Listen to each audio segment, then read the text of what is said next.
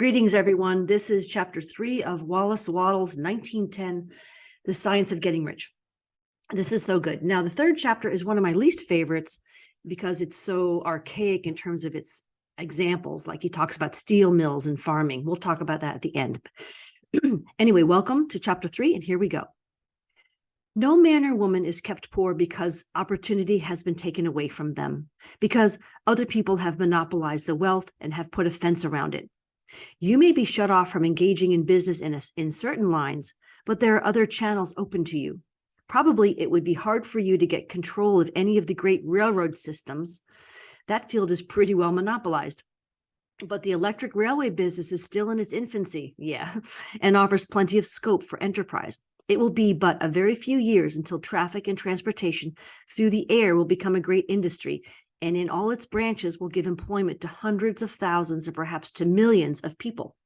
Why not turn your attention to the development of aerial transportation instead of competing with J.J. Hill and others for a chance in the steam railway world? It is quite true that if you are a workman in the employ of the Steel Trust, you have very little chance of becoming the owner of the plant in which you work.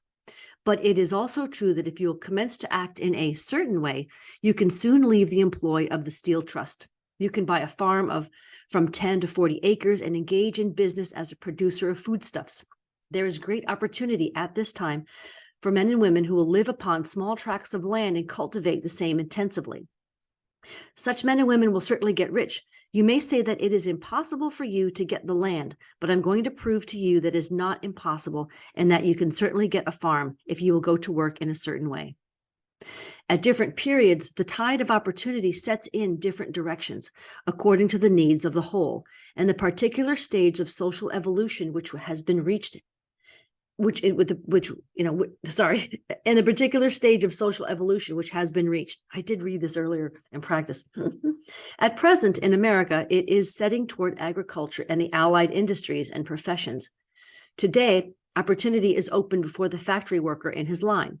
It is open before the businessman who supplies the farmer more than before the one who supplies the factory worker, and before the professional man who waits upon the farmer more than before the one who serves the working class. There is an abundance of opportunity for the man who will go with the tide instead of trying to swim against it. So the factory workers, either as individuals or as a class, are not deprived of opportunity. The workers are not being kept down by their masters. They are not being ground by the trusts and combinations of capital.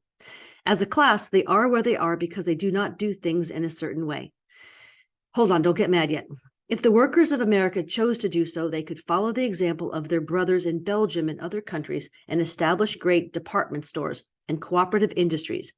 They could elect men of their own class to office and pass laws favoring the development of such cooperative industries. And in a few years, they could take peaceable possession of the industrial field. The working class may become the master class whenever they will begin to do things in a certain way. The law of wealth is the same for them as it is for all others. This they must learn, and they will remain where they are as long as they continue to do as they do. The individual worker, however, is not held down by the ignorance or the mental slothfulness of his class. He can follow the tide of opportunity to riches, and this book will tell him how. No one is kept in poverty by a shortness in supply of riches. There is more than enough for all. A palace as large as the Capitol at Washington might be built for every family on earth from the building material in the United States alone, and under intensive cultivation, this country would produce wool, cotton, linen, and silk enough to clothe each person in the world finer than Solomon was arrayed in all his glory, together with food enough to feed them all luxuriously. The visible supply is practically inexhaustible, and the invisible supply really is inexhaustible. Everything you see on earth is made from one original substance, out of which all things proceed. New forms are constantly being made, and older ones are dissolving, but all are shapes assumed by one thing. There is no limit to the supply of formless stuff or original substance. The universe is made out of it, but it was not all used in making the universe. The spaces in, through, and between the forms of the visible universe are permeated and filled with the original substance, with the formless stuff, with the raw material of all things. 10,000 times as much has been made, might still be made. And even then, we should not have exhausted the supply of universal raw material. No man, therefore, is poor because nature is poor or because there's not enough to go around. Nature is an inexhaustible storehouse of riches. The supply will never run short. Original substance is alive with creative energy and is constantly producing more forms. When the supply of building material is exhausted, more will be produced. When the soil is exhausted, so that foodstuffs and materials for clothing will no longer grow upon it, it will be renewed, or more soil will be made. When all the gold and silver has been dug from the earth, if man is still in such a stage of social development that he needs gold and silver, more will be produced from the formless. The formless stuff responds to the need of man. It will not let him be without any good thing. This is true of man collectively. The race as a whole is always abundantly rich, and if individuals are poor, it is because they do not follow the certain way of doing things which makes the individual man rich. The formless stuff is intelligent. It is stuff which thinks. It is alive and is always impelled toward more life. It is the natural and inherent impulse of life to seek to live more. It is the nature of intelligence to enlarge itself, and of consciousness to seek to extend its boundaries and find fuller expression. The universe of forms has been made by formless living substance, throwing itself into form in order to express itself more fully. The universe is a great living presence. I'll say that again. The universe is a great living presence, always moving inherently toward more life and fuller functioning. Nature is formed for the advancement of life. Its impelling motive is the increase of life.